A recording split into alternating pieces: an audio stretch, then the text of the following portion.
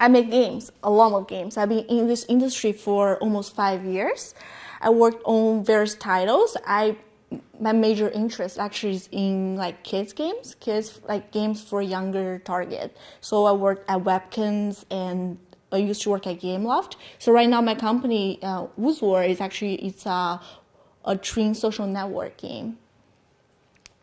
And I happen to really like Android. So actually in year 2010, a couple of my friends, they had an idea to run a really big Android meetup. So I helped, which ended up become a really huge conference. We had 800 people attended for our one-day conference at Scotiabank Theater.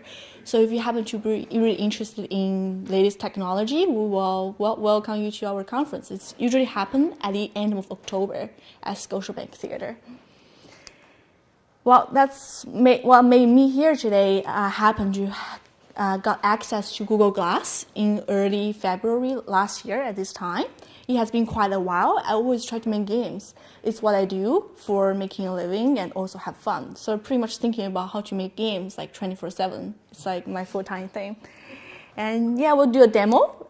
It's a game I made at Toe Jam, Toronto Game Jam. It's called Planet Jumper. It's a mobile game. My first experiment with this is since it's an Android device, so I ported the game to my Glass. And here's the demo. Just give me a few seconds. And I use Android screen monitor, so it will be a little bit delay and no audio, because it's a bone conduction. It's no way to export it or something. So I don't know if any of you have tried or seen people using it. Google Glass? No? Okay, I will just do a quick demo. Because it's different than when you see somebody else using it. It's completely different than you using it. Okay, Glass, Planet Jumper. I use the Unity. And down to play. So he pretty much is an astronaut. He tried to save each planet by digging under the ground to find the other. So you have to move your neck. It's exercising. I figure it's the best way to control it, because on a phone you can tell the phone, but I lost. But yeah, it was so many rocks. It was impossible to stop on this. And I made it really interesting to turn off for the game. You have to do this. It's turned off. Okay. You can do the basic voice command works too, right? Say, okay, Glass, take a picture. So I took a picture. Is this interesting? Yeah. Hope you guys liked it. Yeah. So hey, next one. Yeah. So that's my demo. I will get back to the talk. Whoa, what? Yeah, so as you know, Google Glass is an Android device. But it is actually quite different than the phone we think. It is different, especially when I'm starting developing for it. I feel it's quite challenging, in fact. I was just talking about some challenges I had. So to conclude the challenges, there were 3 challenges. The first is the input, the second is the display, the third is the support. So as you know, here has an input, but it's not really a touch device per se. So for example, when you're playing Angry Bird, you know which bird is being selected and how far you drag the bird. But with Glass, it's more like a traditional scroll ball you have, like on the BlackBerry or early version of Android phone. So you only get forward, backward. It's hard to tell which one is being selected. So we had to actually do special coding for it to make sure we know which one is being selected or which one is the current one. And the second challenge is the display. Even though our phone screens are very small already, Google Glass has an even smaller display. It's on the top, right, on my eye. It's not full HD, it's not big monitor. So the challenges will be, for example, the game, the enemy cannot be too small, and the color need to be really high contrast, or else there's no way to see the enemies, and also the user don't really want to stare at such a small screen at a weird angle for a really long time. So I find it's really difficult in terms of game ideas or porting existing games. So the third challenge is the support. as I know, as from my experiences, nobody really making a game from scratch. They're pretty much using some sort of framework or engine. So for example, I use the Unity. Unity has support for mobiles. However, it doesn't support all the input by the glass. They don't detect it. I actually had to write a plugin for Unity in order to make it like react to what I do. And also I was doing like a QR code scanner. I wanted to make a laser tag game. However, their current Android support for it, I had something didn't work. For example, the camera was glitching, and I actually had to spend a whole day to figure out why the camera didn't work. So that's other challenges I'm facing.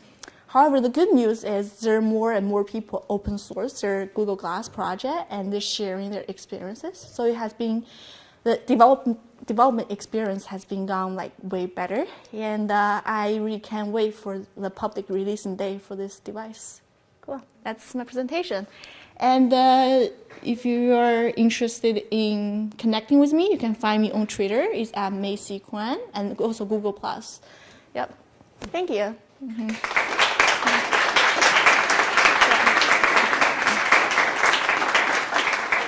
So we still have time for questions? Yeah. So any questions? Cool, go ahead. For the display for Google Glass, does it mean that it's only like additive color? If you do black, there's no light coming in, so can you display black stuff? Display. I mean, when it's in your render window, if you put it completely black, do you get like UC transparent? It is translucent because this only display what the screen is displaying, but in real life it's kind of 80% transparency, so you can't see anything else. Yeah. You mentioned that you had to write your own plugin for Google Glass to Unity. Right. Are you planning on releasing the plugin on its own? I would love to, but I haven't done the full testing because it's kind of hacking as well. It has a little bit delay when you're starting. So I hope I can write a better code and more clean, and also having some documentation. So I think it's definitely going to be useful. I hope Unity just do it for everybody instead of have to do plugin. I even wrote the email to them. They were like, we are not planning to support it anytime soon. So yeah, definitely I will be releasing it once it's done well. Yeah. Anyone else? Go ahead. Has there been any developers that have been trying to make like eye tracking plugins or like apps now? Eye tracking, I know there is a blink. So you can blink, take a picture. I haven't tested it out. And tracking other person, there are a lot of people who are trying to do facial recognition to other people, but it has been banned by Google. So no facial recognition allowed. I would definitely say people still try to do it. It just, for safety reason, I guess they just try to stop people from being a spy or, yeah. Yeah, does that answer your questions? Also, like, like if you can actually see, I don't know, like web pages or something. Yeah. It has a browser in it, just kind of awkward to use. I think everybody still at the experiment stage with wearable computers. Like even the browser is like such a small screen, you have to like scroll over. It's not there yet, I would say. Yeah. You go? WebGL, I haven't tried it, but I would say it works. It's like just a browser. It's Android, right? So think about what your Android or any smartphone can do. This thing can do it. Yeah. You, sir? So you have a lot of experience with making games. How do you think Glass is going to play into more of your game? It's actually very difficult. It's such a new thing, and the display is so small. From my understanding or my experiences, I feel the glass cannot really be the primarily display of the game. So it could be like a accessory to your existing game or a game in real life. That's why I wanted to do laser tag. However, I don't feel that's very practical because the lighting and the distance and everything.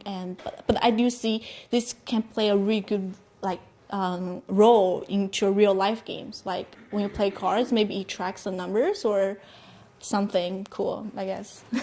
Yeah. That's it. Right, thank you very Cool. much. Thanks.